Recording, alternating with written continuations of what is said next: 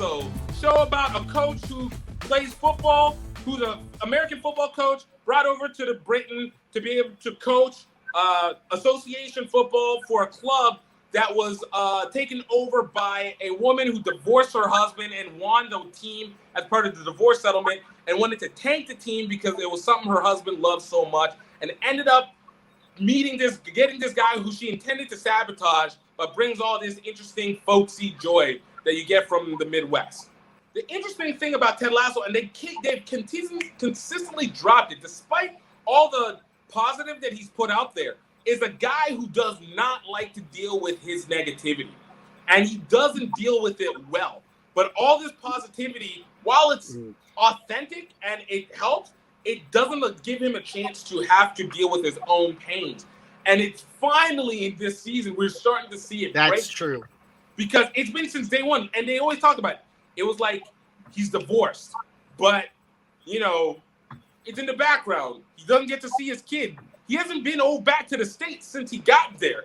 Like, these are massive plot lines that lead to who he is as a person and how he deals with everybody, and how much it's interesting that he tries to take on other people's problems, but he doesn't deal with his own. And I think it's one reason why I think the show's authenticity works, because it's genuine, it's joyful, you feel it, but it's also, hey, don't get so lost into the folksy that you're not seeing that the person who solves the problem has a problem too.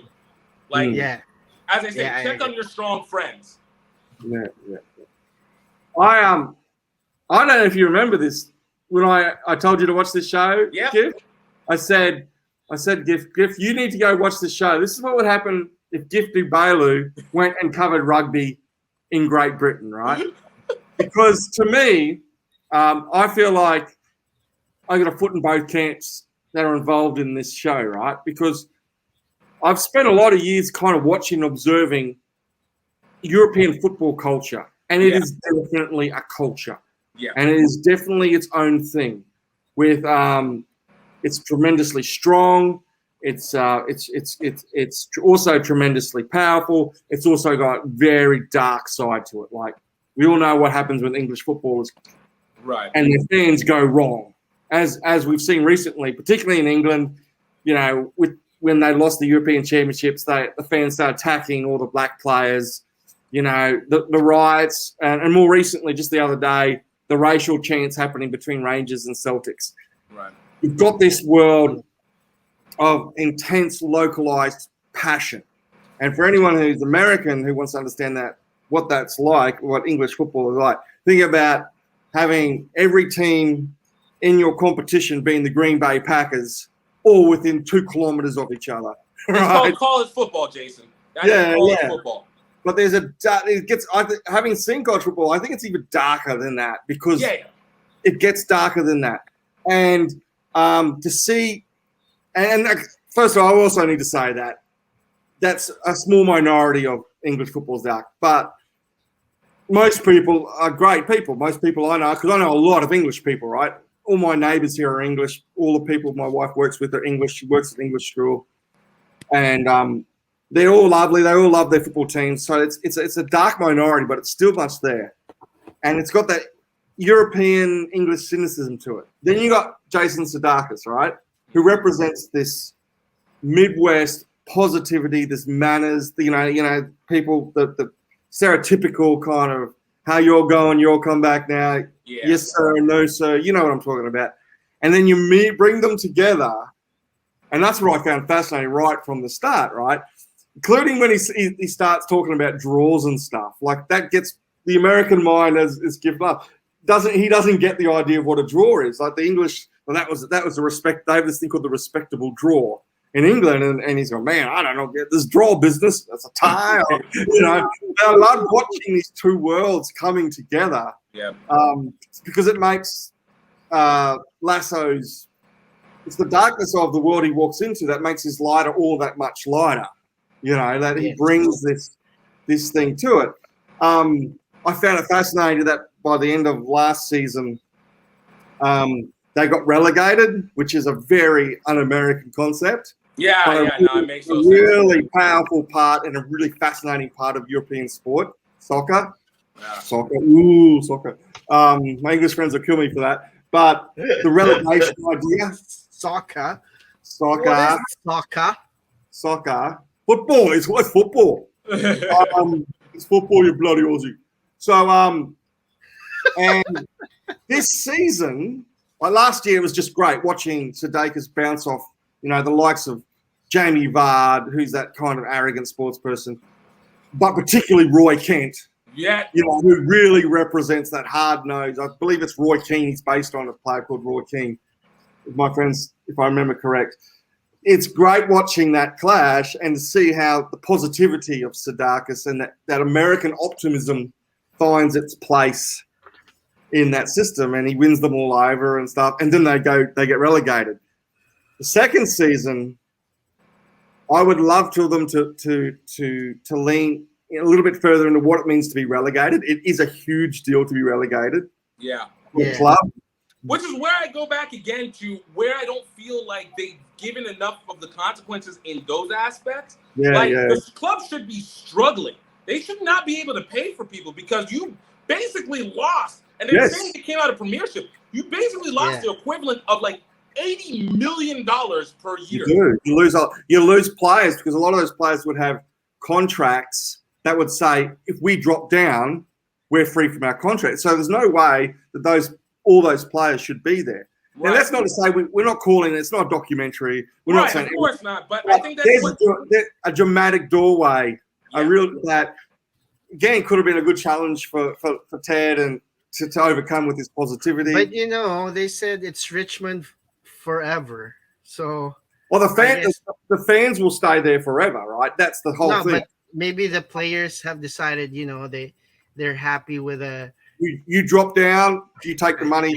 Jamie Vardy would never, if he was as good as he was supposed to be, he would never go to back. It would have been impossible. That was it. That's why I said, like, some of the things I want is, but I get what the show wants to do, but I feel, and they still have done a good job. Oh, yeah. We're being everything said. We're being nitpicky here.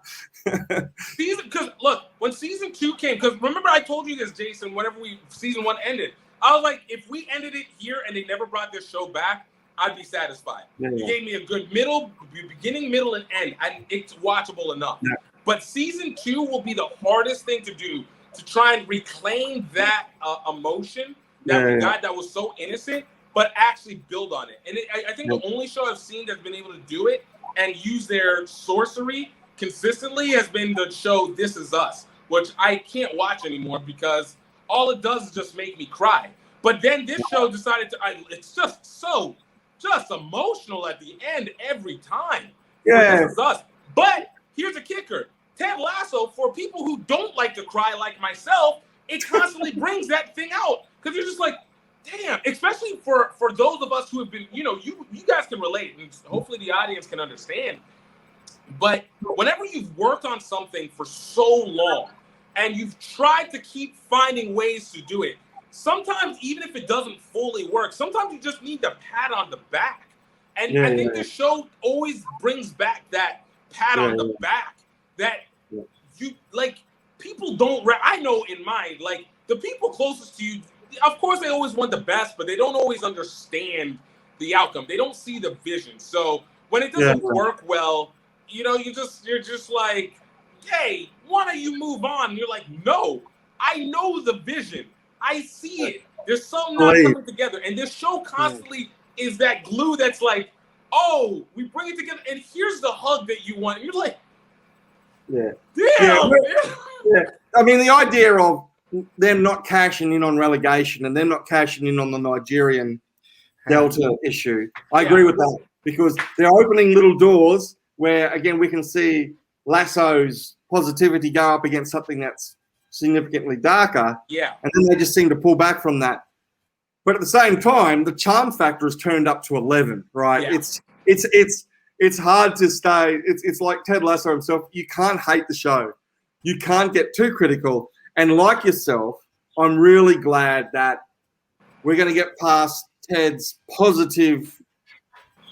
He's got an over positive facade that needs that the psychiatrist is sitting there and she's going, we need to make this a genuine positivity, a genuine optimism, because he's it's a bit of a false reality. He's like, you know what I mean? Like, it's not about him being positive or negative, but it's about a balance between being positive and recognizing the hurt in your life and the pain and dealing with that, so that your positivity is genuine and strong, not just like that. I always have, I've always said people I've met in life and stuff, I don't trust them until I see their dark side.